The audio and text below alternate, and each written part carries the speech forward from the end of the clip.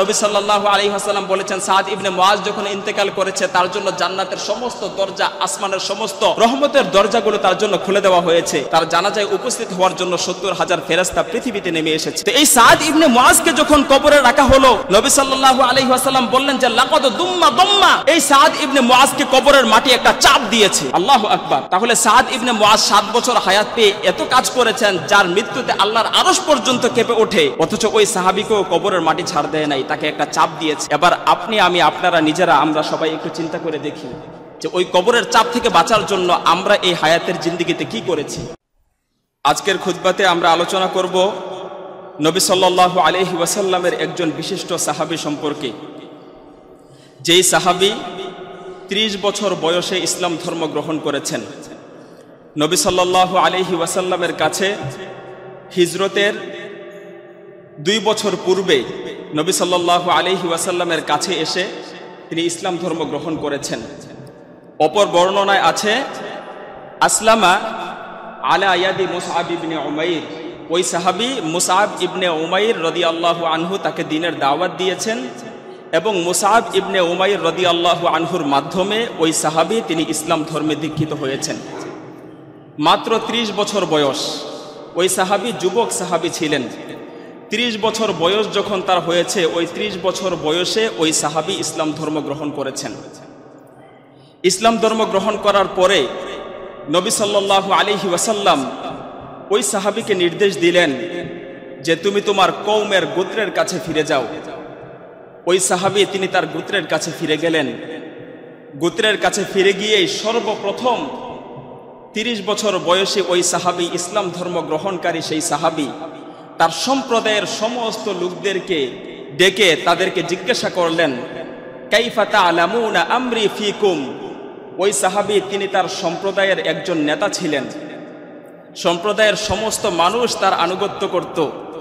ওই সাহাবী ইসলাম ধর্ম গ্রহণ করে তার সম্প্রদায়ের লোকদের কাছে ফিরে যাওয়ার পরে সর্বপ্রথমে সম্প্রদায়ের সমস্ত নারী পুরুষ, যুবক, বৃদ্ধ, কিশোর, তরুণ সবাইকে লক্ষ্য করে বললেন যে কাইফা তা'লামুনা আমরি ফিকুম, যে ও আমার সম্প্রদায়ের লোকেরা, তোমরা আমাকে কেমন ব্যক্তি হিসেবে জানো, তোমরা আমাকে কেমন নেতা হিসেবে তোমরা আমাকে মান্য করো।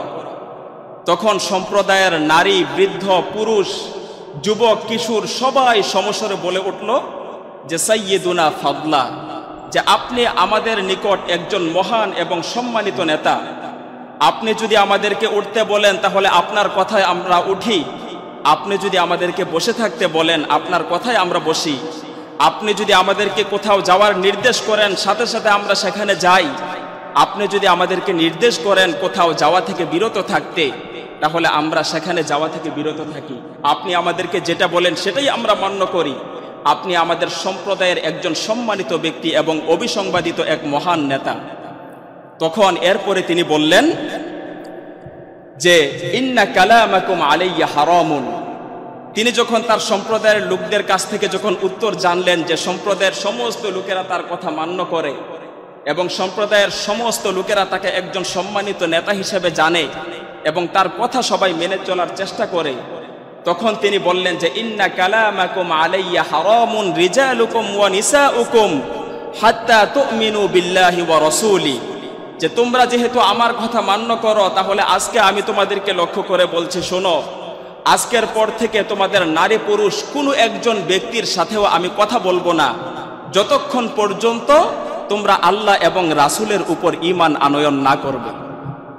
কত চমৎকার একটি শর্ত তাদের সামনে জুড়ে দিয়েছেন যে তোমরা যেহেতু আমাকে একজন সম্মানিত নেতা হিসেবে মান্য করো, আমার কথায় তোমরা ওঠো, আমার কথায় আমরা বসো, আমার কথায় তোমরা কোথাও যাও, আবার আমার কথায় তোমরা কোথাও যাওয়া থেকে বিরত থাকো, সর্ব অবস্থায় তোমরা আমার কথা মেনে চলার চেষ্টা করো, তাহলে শোনো, আমি আজকে নবী সাল্লাল্লাহু আলাইহি ওয়াসাল্লামের হাতে হাত রেখে কালেমায়ে শাহাদা পাঠ করে আমি ইসলাম ধর্ম গ্রহণ করেছি। সুতরাং তোমাদের উদ্দেশ্যে আমার বক্তব্য হলো যে তোমরা যদি আল্লাহ এবং রাসূলের উপর যদি ঈমান আনয়ন না করো তাহলে আজকের পর থেকে তোমরা আমাকে নেতা হিসেবে তো পাবেই না, তোমাদের নারী পুরুষ, যুবক, বৃদ্ধ, কিশোর, তরুণ কারো সাথে আজকে থেকে আমার আর কোনো কথা নেই, কারো সাথে আমি একটা কথাও বলবো না। তার সম্প্রদায়ের লোকদের জন্য এই কথাটা একটা ভারী কথা ছিল। আমাদের সমাজের কোনো নেতা যদি আমাদেরকে এই কথা বলতো, যে আমি আজকে এই অভিমত গ্রহণ করেছি, সুতরাং তোমরা যদি আমার এই মতকে যদি গ্রহণ না করো তাহলে আজকে থেকে তোমাদের সাথে আমার কোনো কথা নেই। তাহলে আমরা হলে কি বলতাম? আমরা হলে ওই নেতাকে বলতাম যে যান, আপনি আপনার মত নিয়ে থাকেন, আমরা গেলাম, তাই না? কিন্তু ওই সাহাবী তার সম্প্রদায়ের লোকদেরকে যখন বললেন যে যতক্ষণ পর্যন্ত তোমরা আল্লাহ এবং তার রাসূলের উপর ঈমান না আনবে ততক্ষণ পর্যন্ত আমি তোমাদের কারোর সাথে কথা বলবো না, এই কথাটা সম্প্রদায়ের লোকদের জন্য বড় ভারী কথা ছিল, কঠিন কথা ছিল। তখন সম্প্রদায়ের নারী পুরুষ যুবক বৃদ্ধ কিশোর তরুণ সবাই একসাথে কালেমায়ে শাহাদা পাঠ করে সবাই ইসলাম ধর্ম গ্রহণ করে ফেললেন। সুবহানাল্লাহ। তিনি কেমন নেতা ছিলেন? নেতা শুধুমাত্র শর্ত আরোপ করেছেন, তোমরা যদি ইসলাম ধর্ম যদি গ্রহণ না করো, আল্লাহ এবং তার রাসূলের উপর যদি ঈমান আনয়ন না করো, তাহলে আজকে থেকে আমি এই সম্প্রদায়ের তোমাদের আর কোনো নেতৃত্ব দিব না, তোমরা আমাকে নেতা হিসেবে আর পাবে না, এবং তোমাদের সাথে আজকে থেকে আমি আর কোনো কথা বলবো না। এই কথা বলার সাথে সাথে তার সম্প্রদায়ের সমস্ত নারী পুরুষ যুবক বৃদ্ধ কিশোর তরুণ সবাই একসাথে এক বাক্যে কালেমায়ে শাহাদা পাঠ করে তারা ইসলাম ধর্ম গ্রহণ করে ফেললেন। সুবহানাল্লাহ।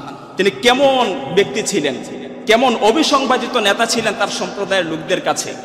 আমরা যেই সাহাবীর কথা বলছি সেই সাহাবীর নাম হচ্ছে নবী সাল্লাল্লাহু আলাইহি ওয়াসাল্লামের একজন বিশিষ্ট সাহাবী সাদ ইবনে মুআদ রাদিয়াল্লাহু আনহু। সেই সাহাবীর নাম কি? আমরা এতক্ষণ ধরে যেই সাহাবীর কথা বলছি ওই সাহাবীর নাম ছিল সাদ ইবনে মুআজ রাদিয়াল্লাহু আনহু। ইসলাম ধর্ম গ্রহণ করার পরে তিনি তার সম্প্রদায়ের লোকদেরকে যখন শর্ত দিয়েছেন যে তোমরা আমাকে নেতা হিসেবে পাবে না যদি আল্লাহ এবং তার রাসূলের উপর ঈমান না আনো, সম্প্রদায়ের সবাই একসাথে কালেমায়ে শাহাদা পাঠ করে ইসলাম ধর্ম গ্রহণ করে ফেললেন শুধুমাত্র এক নেতার কারণে। আর সেই নেতা কে ছিলেন? সাদ ইবনে মুআদ রাদিয়াল্লাহু আনহু। কেমন নেতা ছিলেন? তো এটা ছিল ইসলামের ইতিহাসে একমাত্র মুসলিম জনপদ, যেই জনপদের যেই সম্প্রদায়ের নারী পুরুষ যুবক বৃদ্ধ একজনও বাদ যায় নাই, সবাই একসাথে কালেমায়ে শাহাদা পাঠ করে ইসলাম গ্রহণ করেছে।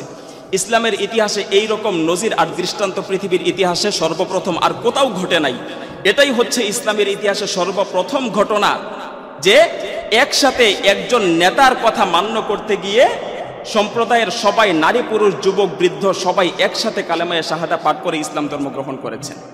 সাদ ইবনে মুআজ রাদিয়াল্লাহু আনহুকে নবী সাল্লাল্লাহু আলাইহি ওয়াসাল্লাম অত্যধিক ভালোবাসতেন। নবী সাল্লাল্লাহু আলাইহি ওয়াসাল্লাম যখন মদিনায় হিজরত করলেন, সাদ ইবনে মুআজ তিনিও নবী সাল্লাল্লাহু আলাইহি ওয়াসাল্লামের সাথে মদিনায় চলে গেলেন।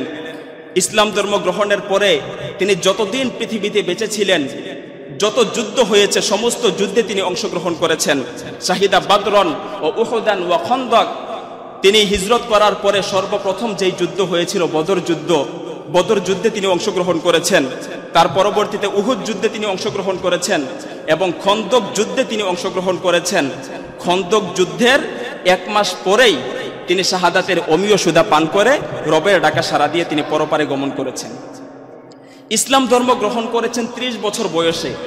ইসলাম ধর্ম গ্রহণ করার পরে খন্দকের যুদ্ধের 1 মাস পরেই তিনি শাহাদাতের সুধা পান করে তিনি রবের ডাকে সাড়া দিয়ে তিনি পরপারে চলে গিয়েছেন। ইসলাম ধর্ম গ্রহণের পরে তার বয়স ছিল মাত্র 7 বছর। কত বছর? 30 বছর বয়সে ইসলাম গ্রহণ করেছেন, 37 বছর বয়সে তিনি শাহাদাত বরণ করেছেন। তার মানে ইসলামের মধ্যে তার বয়স ছিল কত বছর? মাত্র 7 বছর। এই 7 বছরের মধ্যে এই সাহাবী এমন আদর্শ, এমন দৃষ্টান্ত পৃথিবীবাসীর জন্য রেখে গিয়েছেন যে তিনি কেমন সাহাবী ছিলেন, যে তিনি খন্দকের যুদ্ধের 1 মাস পরেই তিনি তো ইন্তেকাল করেছেন। তো খন্দকের যুদ্ধে তিনি যখন অংশগ্রহণ করলেন, খন্দকের যুদ্ধে অংশগ্রহণ করার পরে কাফেরদের পক্ষ থেকে তার হাতের যেই কোনো ডান হাত কিংবা বাম হাত, হাতের একটা বাহুতে তাকে তরবারি দিয়ে আঘাত করা হলো।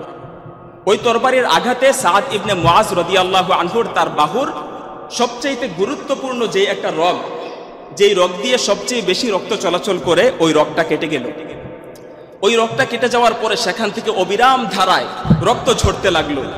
নবী সাল্লাল্লাহু আলাইহি ওয়াসাল্লাম যখন এই সংবাদ পেলেন, সাহাবায়ে কেরাম চেষ্টা করছিলেন সাদ ইবনে মুআজ রাদিয়াল্লাহু আনহুর হাতের বাহুর এই রগ থেকে যে রক্তক্ষরণ হচ্ছে, এই রক্তক্ষরণ বন্ধ করার জন্য সাহাবায়ে কেরাম অনেক চেষ্টা করলেন, কিন্তু কিছুতেই সাদ ইবনে মুআজ রাদিয়াল্লাহু আনহুর এই রক্ত বের হওয়া বন্ধ করতে পারছেন না। নবী সাল্লাল্লাহু আলাইহি ওয়াসাল্লাম যখন শুনলেন, সাহাবীদেরকে বললেন যে, ও আমার সাহাবীরা, আমি তো মসজিদে নববীর পাশে থাকি, আমার কামরার মধ্যে। আমার সাদ তো আমার কাছ থেকে অনেক দূরে থাকে, সুতরাং আমার সাদ এখন অসুস্থ। আমার সাদের চিকিৎসা করার জন্য, আমার সাদের জন্য, আমার কাছে থাকার জন্য তাকে ব্যবস্থা করে দাও। নবী সাল্লাল্লাহু আলাইহি ওয়াসাল্লামের নির্দেশে মসজিদে নববীর মধ্যেই সাদ ইবনে মুআজ রাদিয়াল্লাহু আনহুর জন্য থাকার ব্যবস্থা করা হলো। তার রক্তক্ষরণ বন্ধ করার জন্য নবী সাল্লাল্লাহু আলাইহি ওয়াসাল্লাম একটা লোহাকে আগুনের মধ্যে সেক দিলেন এবং সেই উত্তপ্ত গরম লোহাটাকে সাদ ইবনে মুআজ রাদিয়াল্লাহু আনহুর সেই জখমের জায়গার মধ্যে লাগিয়ে দিলেন। সামান্য সময়ের জন্য সেই রক্তক্ষরণ বন্ধ হয়ে গেল, কিন্তু কিছুক্ষণ পরে আবার সেখান থেকে অবিরাম ধারায় রক্ত ঝরতে লাগলো। নবী সাল্লাল্লাহু আলাইহি ওয়াসাল্লাম দ্বিতীয়বার আবার আগুনের মধ্যে লোহা সেক দিয়ে তার হাতের মধ্যে চাপ দিলেন, রক্তক্ষরণ বন্ধ হয়ে গেল, কিন্তু কিছুক্ষণ পরে আবার সেখান থেকে অবিরাম ধারায় রক্ত ঝরতে লাগলো। তৃতীয়বার নবী সাল্লাল্লাহু আলাইহি ওয়াসাল্লাম আবার একই চিকিৎসা করলেন, লোহা গরম করে সেক দিয়ে সেটাকে তার হাতের মধ্যে ছাপ দিলেন, রক্তক্ষরণ বন্ধ হয়ে গেল, কিন্তু কিছুক্ষণ পরে আবার সেই জখম থেকে রক্তক্ষরণ হতে লাগলো, কিছুতেই তার রক্ত বন্ধ হচ্ছে না। তখন সাদ ইবনে মুআজ রাদিয়াল্লাহু আনহু তিনি কান্নাজড়িত কণ্ঠে রবের কাছে দোয়া করেছেন, আল্লাহুম্মা লা তাখরুজ নাফসি হাত্তা তাকিররা আইনি মিন বনি কুরাইজা, যে হে আল্লাহ, যতক্ষণ পর্যন্ত বনি কুরাইজা মুসলমানদের উপর যেই অত্যাচার করেছে, নবী সাল্লাল্লাহু আলাইহি ওয়াসাল্লামের সাথে যেই ধোঁকা এবং প্রতারণার আচরণ করেছে, ওই বনি কুরাইজাকে সমুচিত শাস্তি দেওয়ার আগ পর্যন্ত হে আল্লাহ আপনি আমাকে মরণ দিয়েন না। যতক্ষণ পর্যন্ত আমি বনি কুরাইজার উপর, বনি কুরাইজার কাছ থেকে যতক্ষণ পর্যন্ত আমি প্রতিশোধ গ্রহণ না করতে পারবো, বনি কুরাইজা যতক্ষণ পর্যন্ত নবী সাল্লাল্লাহু আলাইহি ওয়াসাল্লামের কাছে এসে আনুগত্য স্বীকার না করবে, ততক্ষণ পর্যন্ত হে আল্লাহ আপনি আমাকে মরণ দিয়েন না। এই কথা বলার সাথে সাথে নবী সাল্লাল্লাহু আলাইহি ওয়াসাল্লাম তাকিয়ে দেখলেন, সাদ ইবনে মুআজ যখন দোয়া করলেন যে হে আল্লাহ, যতক্ষণ পর্যন্ত বনি কুরাইজা মুসলমানদের উপর যে অত্যাচার করেছে, এই প্রতিশোধ যতক্ষণ পর্যন্ত আমি না নিতে পারি, ততক্ষণ পর্যন্ত আপনি আমাকে মরণ দিবেন না। এই কথা বলার সাথে সাথে সে তো মসজিদে নববীর মধ্যে ছিল, মসজিদে নববীতে বসে দোয়া করেছে, কিন্তু তার এই দোয়ার আওয়াজ কোথায় পৌঁছে গিয়েছে? মসজিদে নববীর ছাদ ভেদ করে, 7 আসমান ভেদ করে আরশে আজিমে চলে গিয়েছে। সাথে সাথে নবী সাল্লাল্লাহু আলাইহি ওয়াসাল্লাম 3 বার চেষ্টা করেছেন রক্তক্ষরণ বন্ধ করার জন্য, কিন্তু বন্ধ হয় নাই। কিন্তু সাদ ইবনে মুআজ যখন এই দোয়া করলেন যে হে আল্লাহ, যতক্ষণ পর্যন্ত বনি কুরাইজার উপর আমি আধিপত্য বিস্তার না করতে পারবো, ততক্ষণ পর্যন্ত আপনি আমাকে মৃত্যু দিবেন না, এই দোয়া করার সাথে সাথে নবী সাল্লাল্লাহু আলাইহি ওয়াসাল্লাম তাকিয়ে দেখলেন সাদ ইবনে মুআজ রাদিয়াল্লাহু আনহুর রক্তক্ষরণ সাথে সাথে বন্ধ হয়ে গেছে। আল্লাহু আকবার। আল্লাহ তাআলা সাদ ইবনে মুআজ রাদিয়াল্লাহু আনহুর দোয়া কবুল করে নিলেন। এরপরে সাদ ইবনে মুআজ যখন দেখলেন যে তার শরীরের রক্তক্ষরণ বন্ধ হয়ে গেছে, তিনি নবী সাল্লাল্লাহু, এরপরে বনি কুরাইজার 400 লোক ছিল, এই 400 লোকের উপর সাদ ইবনে মুআজ যখন আধিপত্য বিস্তার করলেন, নবী সাল্লাল্লাহু আলাইহি ওয়াসাল্লাম এই সংবাদ পেয়ে অত্যন্ত খুশি হয়ে গেলেন। মসজিদে নববীতে সাহাবীদেরকে নিয়ে বসেছিলেন। সাদ ইবনে মুআজ নবী সাল্লাল্লাহু আলাইহি ওয়াসাল্লামের কাছে একটা সাদা গাধার উপরে চড়ে তিনি আসছিলেন। নবী সাল্লাল্লাহু আলাইহি ওয়াসাল্লাম সাদ ইবনে মুআজ আসছেন, এ কারণে নবী সাল্লাল্লাহু আলাইহি ওয়াসাল্লাম নিজে দাঁড়িয়ে গেলেন। নবী সাল্লাল্লাহু আলাইহি ওয়াসাল্লাম যখন মসজিদে নববীতে আসতেন, সাহাবায়ে কেরাম যদি বসা থাকতেন, তাহলে নবী সাল্লাল্লাহু আলাইহি ওয়াসাল্লামকে সম্মান জানানোর জন্য সাহাবায়ে কেরাম মাঝে মধ্যে দাঁড়িয়ে যেতেন। কিন্তু নবী সাল্লাল্লাহু আলাইহি ওয়াসাল্লাম এটা নিষেধ করতেন যে আমি এটা পছন্দ করি না, যে কেউ আসবে তার সম্মানার্থে যারা বসে আছে তারা দাঁড়িয়ে যাবে, এটা আমি পছন্দ করি না। নবী সাল্লাল্লাহু আলাইহি ওয়াসাল্লাম এই কাজটা পছন্দ করতেন না।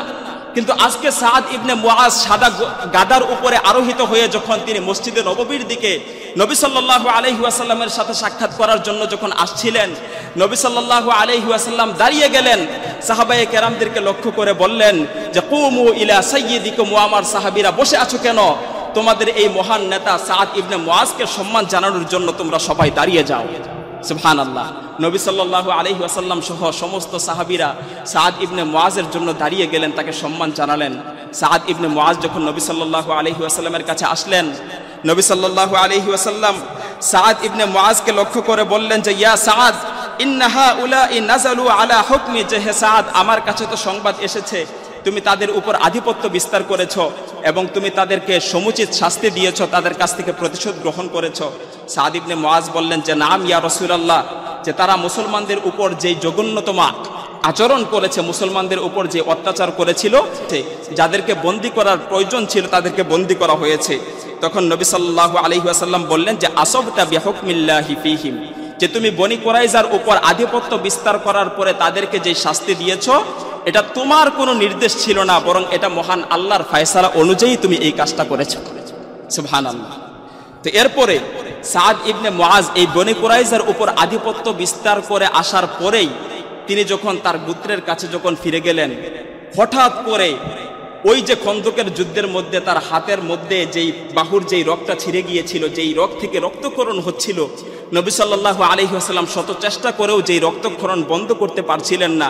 কিন্তু সাদ ইবনে মুআজ আল্লাহর কাছে দোয়া করেছেন যে বনী কুরাইজার উপর যতক্ষণ পর্যন্ত আমি আধিপত্য বিস্তার না করব ততক্ষণ পর্যন্ত যেন আমার মৃত্যু না হয়।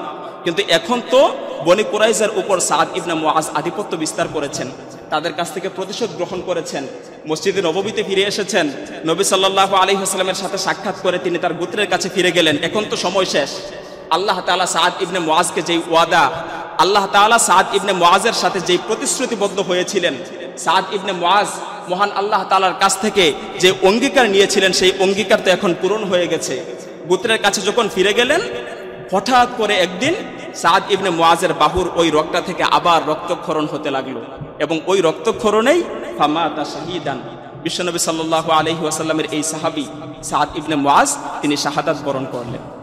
সাদ ইবনে মুআজ যখন ইন্তেকাল করলেন, নবী সাল্লাল্লাহু আলাইহি ওয়াসাল্লাম অজর ধারায় সাদ ইবনে মুআজের জন্য কেঁদেছেন।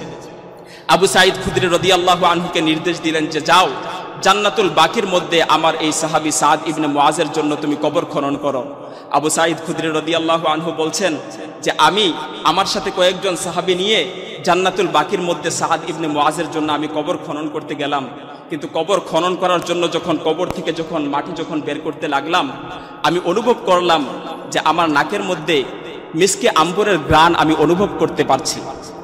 তখন আবু সাঈদ খুদরি বলছেন যে এটা হয়তো বা আমি নিজে অনুভব করতে পারছি, হয়তো আমার সাথে যারা আছে তারা হয়তো এই ঘ্রাণ পাচ্ছে না, কিন্তু আমি তাদেরকে জিজ্ঞাসা করলাম যে তোমরা কোনো ঘ্রাণ পাচ্ছ কিনা। তখন আমার সাথে এই কবরের খনন কাজে যারাই শরীক ছিলেন তারা সবাই বলতে লাগলেন যে আমরা সবাই মিসকে আম্বরের ঘ্রাণ পাচ্ছি। সুবহানাল্লাহ। যতক্ষণ পর্যন্ত কবরের মাটি এক মুষ্টি করে বের করছিলেন আর সেখান থেকে মিসকে আম্বরের ঘ্রাণ সুঘ্রাণ বের হয়ে আসছিল। এরপরে সাদ ইবনে মুআজের জানাজার মধ্যে নবী সাল্লাল্লাহু আলাইহি ওয়াসাল্লাম যখন অংশগ্রহণ করলেন, নবী সাল্লাল্লাহু আলাইহি ওয়াসাল্লাম হাতে গোনা কয়েকজন সাহাবীর জানাজার সালাত নিজে পড়িয়েছেন।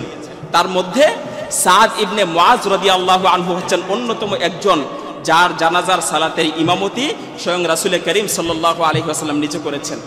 তাকে যখন কাঁধে বহন করে যখন জান্নাতুল বাকির মধ্যে জানাজার সালাত অনুষ্ঠিত হবে সেখানে যখন নিয়ে যাওয়া হচ্ছিল, নবী সাল্লাল্লাহু আলাইহি ওয়াসাল্লাম যখন সেখানে যাচ্ছিলেন জমিনের মধ্যে বেছে বেছে পা ফেলছিলেন।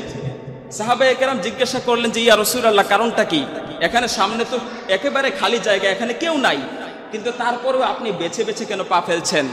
তখন নবী সাল্লাল্লাহু আলাইহি ওয়াসাল্লাম বললেন যে ও আমার সাহাবীরা, তোমরা তো দেখতে পাচ্ছ না, আল্লাহ তাআলা আমাকে দেখাচ্ছেন আমার সাহাবী সাদ ইবনে মুআজের জন্য কদ শাহিদু ৭০ আলফাম মিনাল মালায়েকা, আমার সাহাবী সাদ ইবনে মুআজের এখন জানাজার সালাত অনুষ্ঠিত হবে।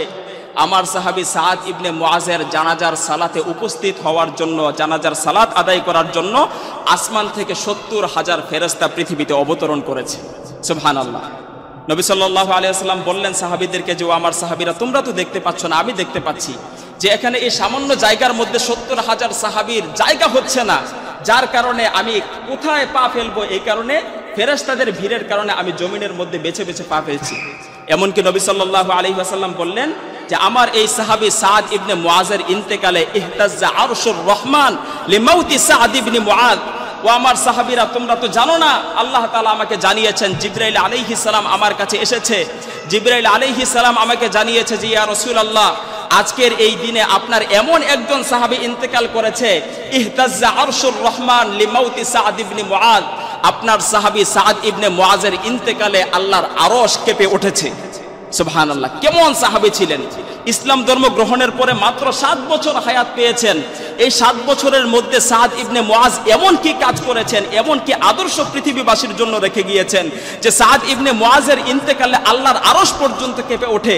সাদ ইবনে মুআজের কবর থেকে মিশকে আম্বরের ঘ্রাণ পাওয়া যায় এবং সাদ ইবনে মুআজের জানাজা শরীক হতে আসমান থেকে 70,000 ফেরেশতা পৃথিবীতে নেমে আসে। সুবহানাল্লাহ, কেমন ছিলেন সাদ ইবনে মুআজ! সাদ ইবনে মুআজের জানাজার সালাত অনুষ্ঠিত হলো। এরপরে যখন তাকে কবরে যখন দাফন করে, নবী সাল্লাল্লাহু আলাইহি ওয়াসাল্লাম তার কবরের পাশে দাঁড়িয়ে অনেকক্ষণ কেঁদেছেন। এরপরে নবী সাল্লাল্লাহু আলাইহি ওয়াসাল্লাম সাহাবীদেরকে লক্ষ্য করে বললেন যে ইন্নালিল কবরি দগতাতান, যে আমার সাহাবীরা শুনে রাখো, নিশ্চয়ই কবরের একটা চাপ আছে। কবরের মধ্যে যখন একজন বান্দাকে যখন রেখে আসা হয়, তখন কবর ওই মৃত ব্যক্তিকে একটা চাপ দেয়। নবী সাল্লাল্লাহু আলাইহি ওয়াসাল্লাম এই হাদিস কেন বললেন, এটারও একটা যথেষ্ট কারণ আছে। নবী সাল্লাল্লাহু আলাইহি ওয়াসাল্লাম বললেন যে ইন্নালিল কবরি দগতাতান, নিশ্চয়ই কবরের একটা চাপ আছে। লাউ কানা আহাদুন নাজা মিনহা নাজা সাদ ইবনে মুআদ, আর সেই কবরের চাপ থেকে কেউ যদি বেঁচে থাকে তা একমাত্র রেহাই পেয়েছে আমার সাহাবী সাদ ইবনে মুআদ। নবী সাল্লাল্লাহু আলাইহি ওয়াসাল্লাম এই হাদিস কেন বললেন, এটারও কারণ আছে। নবী সাল্লাল্লাহু আলাইহি ওয়াসাল্লাম বললেন যে লাকাদ দাম্মা, যে আমরা যখন সাদ ইবনে মুআজকে কবরে রেখে যখন চলে আসলাম, আমি দেখতে পেলাম যে কবরের মাটি সাদ ইবনে মুআজকে একটা জোরে চাপ দিয়েছে। সুম্মা ফুররিজা আনহা, চাপ দেওয়ার পরে মুহূর্ত সময়ের মধ্যে সেই কবরের মাটি দৃষ্টির শেষ সীমা পর্যন্ত আবার বিস্তৃত হয়ে গেছে। তো নবী সাল্লাল্লাহু আলাইহি ওয়াসাল্লামের এত বড় একজন সাহাবী, যার মৃত্যুতে নবী সাল্লাল্লাহু আলাইহি ওয়াসাল্লাম কেঁদেছেন, যিনি মাত্র 7 বছর হায়াত পেয়েছেন, যার মৃত্যুতে আল্লাহর আরশ পর্যন্ত কেঁপে উঠেছে এবং যার মাধ্যমে তার সম্প্রদায়ের সমস্ত মানুষ, নারী পুরুষ সবাই একসাথে ইসলাম ধর্ম গ্রহণ করেছে, যার জন্য নবী সাল্লাল্লাহু আলাইহি ওয়াসাল্লাম বলেছেন সাদ ইবনে মুআজ যখন ইন্তেকাল করেছে তার জন্য জান্নাতের সমস্ত দরজা, আসমানের সমস্ত রহমতের দরজাগুলো তার জন্য খুলে দেওয়া হয়েছে। তার জানাজায় উপস্থিত হওয়ার জন্য 70,000 ফেরেশতা পৃথিবীতে নেমে এসেছে। তো এই সাদ ইবনে মুআজকে যখন কবরে রাখা হলো, নবী সাল্লাল্লাহু আলাইহি ওয়াসাল্লাম বললেন যে লাকাদ দাম্মা, এই সাদ ইবনে মুআজকে কবরের মাটি একটা চাপ দিয়েছে। আল্লাহু আকবার! তাহলে সাদ ইবনে মুআজ 7 বছর হায়াত পেয়ে এত কাজ করেছেন, যার মৃত্যুতে আল্লাহর আরশ পর্যন্ত কেঁপে ওঠে, অথচ ওই সাহাবীকেও কবরের মাটি ছাড় দেয় নাই, তাকে একটা চাপ দিয়েছে। এবার আপনি, আমি, আপনারা নিজেরা, আমরা সবাই একটু চিন্তা করে দেখি যে ওই কবরের চাপ থেকে বাঁচার জন্য আমরা এই হায়াতের জিন্দেগিতে কি করেছি। ওই সাহাবী তো মাত্র 7 বছর হায়াত পেয়েছেন। 7 বছরের মধ্যে তিনি এমন কাজ করেছেন যে কাজের কারণে তার মৃত্যুতে আল্লাহর আরশে আজিম পর্যন্ত কেঁপে ওঠে। অথচ সাদ ইবনে মুআজ তো 30 বছর পর্যন্ত তিনি তো ইসলামের কোনো দিশা পান নাই। 30 বছর পর্যন্ত তিনি অমুসলিম ছিলেন। 30 বছর বয়সে ইসলাম ধর্ম গ্রহণ করেছেন। ইসলাম ধর্ম গ্রহণের পরে 37 বছর বয়সে তিনি ইন্তেকাল করেছেন। তাহলে ইসলামের মধ্যে তার বয়স ছিল কত বছর? 7 বছর। কিন্তু একজন মুসলিম যুবক যার বয়স 25, যার বয়স 30, যার বয়স 35, তার ইসলামের মধ্যে তার বয়স কত? তার পুরো বয়স যদি হয়ে থাকে 20 বছর, ইসলামের মধ্যে তার বয়স কত? 20 বছর। একজন মুসলমানের বয়স যদি হয়ে থাকে 60 বছর, তাহলে ইসলামের মধ্যে তার বয়স কত? 60 বছর। কিন্তু সাদ ইবনে মুআজ ইসলামের মধ্যে তার বয়স ছিল কত বছর? 7 বছর। 7 বছরে সাদ ইবনে মুআজ এমন কি কাজ করেছেন যেই কাজের কারণে তার ইন্তেকালে আল্লাহর আরশে আজিম পর্যন্ত কেঁপে ওঠে। নিজেরা একটু চিন্তা করে দেখি, এত বয়স হয়ে গিয়েছে, 25 বছর, 30 বছর, 35 বছর, 60 বছর, 70 বছর হয়ে গিয়েছে অনেকের। তাহলে এই বয়সের মধ্যে এমন কি কাজ করেছি যে আমাদের ইন্তেকালে আল্লাহর ফেরেশতা কি পৃথিবীতে নেমে আসবে? সাদ ইবনে মুআজ এত বড় জলিল কদর সাহাবী হওয়ার পরেও কবরের মাটি তাকে একটা চাপ দিয়েছে। তো সেই কবরের চাপ থেকে বাঁচার জন্য আমরা নিজেরা কি আমল করেছি? মহান রব্বে কারিমের সামনে পেশ করার জন্য এমন কি আমল করেছি? সাদ ইবনে মুআজ তো এমন আমল করেছেন যে আমলের কারণে তার ইন্তেকালে আল্লাহর আরশে আজিম পর্যন্ত কেঁপে ওঠে। কিন্তু মহান রব্বে কারিমের সামনে যখন আমরা দণ্ডায়মান হব, মহান রব্বে কারিমের সামনে পেশ করার জন্য আমরা এমন কি কাজ করেছি, কবরের চাপ থেকে বাঁচার জন্য কি আমল করেছি, আমাদের একটু ভেবে দেখার দরকার না? অবশ্যই ভেবে দেখা দরকার। তো এই সাদ ইবনে মুআজ এরপরে নবী সাল্লাল্লাহু আলাইহি ওয়াসাল্লাম যখন চলে আসলেন, নবী সাল্লাল্লাহু আলাইহি ওয়াসাল্লামকে একটা রেশমি একটা পোশাক নবী সাল্লাল্লাহু আলাইহি ওয়াসাল্লামকে হাদিয়া দেওয়া হলো। তো নবী সাল্লাল্লাহু আলাইহি ওয়াসাল্লাম সেই রেশমি পোশাকটা গ্রহণ করলেন। তো নবী সাল্লাল্লাহু আলাইহি ওয়াসাল্লাম তো ইতিপূর্বেই তিনি ঘোষণা করেছেন তিনি মুসলিমদের সমস্ত পুরুষদের জন্য রেশমের পোশাক ব্যবহার করা এটা হারাম করে দিয়েছেন। তো তারপরেও নবী সাল্লাল্লাহু আলাইহি ওয়াসাল্লামকে একজন ব্যক্তি একটা রেশমের পোশাক হাদিয়া দিল, নবী সাল্লাল্লাহু আলাইহি ওয়াসাল্লাম সেটাকে সাদরে গ্রহণ করলেন। সেটার কারণটা কি? নবী সাল্লাল্লাহু আলাইহি ওয়াসাল্লাম সাহাবীদেরকে লক্ষ্য করে বললেন, আমার সাহাবীরা, তোমরা এটা মনে করো না যে আমি এই রেশমের পোশাক পরিধান করার জন্য এটা গ্রহণ করেছি, না না, বরং আমার সাহাবী সাদ ইবনে মুআজকে আল্লাহ তাআলা জান্নাতের মধ্যে যত পোশাক পরিয়েছেন তার মধ্য থেকে তার হাতের যেই জান্নাতি রুমালটা আছে, এই যে পৃথিবীর মধ্যে সবচেয়ে দামি পোশাক কোন পোশাক? রেশমি পোশাক। তো এই দামি পোশাক আমাকে হাদিয়া দেওয়া হয়েছে, এই দামি পোশাক আমি পরিধান করার জন্য এটা গ্রহণ করি নাই, বরং আমি এই দৃষ্টান্ত পৃথিবীবাসীর কাছে উপস্থাপন করার জন্য এই হাদিয়া আমি গ্রহণ করেছি যে এই যে পৃথিবীর সবচাইতে দামি এবং উত্তম এই রেশমি পোশাক, এই রেশমি পোশাককে যদি এক পাল্লায় রাখা হয় আর অপর দিকে সাদ ইবনে মুআজকে আল্লাহ তাআলা জান্নাতের মধ্যে যত পোশাক দিয়েছেন তার মধ্য থেকে তার হাতের যে সামান্য রুমাল, ওই সামান্য রুমালটা পৃথিবীর সমস্ত রেশমি পোশাকের চাইতে, দামি পোশাকের চাইতে 1000 গুণ বেশি উত্তম এবং সুন্দর। সুবহানাল্লাহ। তো এই সাদ ইবনে মুআজ রাদিয়াল্লাহু আনহু, আমাদের এখানে সাদ ইবনে মুআজ রাদিয়াল্লাহু আনহুর এই জীবনী আজকে এজন্য বললাম। সাদ ইবনে মুআজ ইসলাম ধর্ম গ্রহণ করেছেন কত বছর বয়সে? 30 বছর বয়সে। ইসলাম ধর্ম গ্রহণের 7 বছর পরেই তিনি শাহাদাত বরণ করেছেন। তাহলে ইসলাম ধর্ম গ্রহণের পর তিনি হায়াত পেয়েছেন কত বছর? মাত্র 7 বছর। তাহলে এই 7 বছরের মধ্যে সাদ ইবনে মুআজ এমন কি কাজ করেছেন যেই কাজের কারণে তার এত মর্যাদা যে তার জানাজায় শরীক হওয়ার জন্য 70,000 ফেরেশতা পৃথিবীতে নেমে আসে, যার জন্য আসমানের সমস্ত রহমতের দরজা খুলে দেওয়া হয়, যার জন্য আল্লাহর আরশে আজিম পর্যন্ত কেঁপে ওঠে, যার কবরের মাটি থেকে মিশকে আম্বরের সুঘ্রাণ পাওয়া যায়। এই মর্যাদার কারণ কি? আমি 3 থেকে 4 দিন যাবত এই সাদ ইবনে মুআজ রাদিয়াল্লাহু আনহুর জীবনী নিয়ে আমি স্টাডি করেছি। আত-তাবাকাতুল কুবরা লিইবনে সাদ এবং আল ইস্তিআব লিইবনে আব্দুল বার, সিরাতে ইবনে হিশাম, সহিহ বুখারী, সহিহ মুসলিম এবং নাসাঈ সহ যতগুলো হাদিসের কিতাবের মধ্যে এবং ইতিহাসের কিতাবের মধ্যে সাদ ইবনে মুআজ রাদিয়াল্লাহু আনহুর জীবনী নিয়ে আলোচনা করা হয়েছে, এই সবগুলো আমি ঘেটে ঘেটে দেখেছি। তো সেখান থেকে আমি খুঁজে বের করার চেষ্টা করেছি যে সাদ ইবনে মুআজ রাদিয়াল্লাহু আনহুর এই মর্যাদার পিছনে কারণটা কি। একজন যুবক সাহাবী মাত্র 7 বছর হায়াত পেয়েছেন ইসলাম গ্রহণের পর। এই 7 বছরের মধ্যে তিনি এমন বিশেষ কি কাজ করেছেন যেই কাজের কারণে তার এই মর্যাদা, যে নবী সাল্লাল্লাহু আলাইহি ওয়াসাল্লাম ঘোষণা করেছেন ইহতাজ্জা আরশুর রহমান লিমাউতি সাদ ইবনে মুআজ, আমার সাহাবী সাদ ইবনে মুআজের মৃত্যুতে আল্লাহর আরশে আজিম কেঁপে উঠেছে। তাহলে এই মর্যাদা কেন?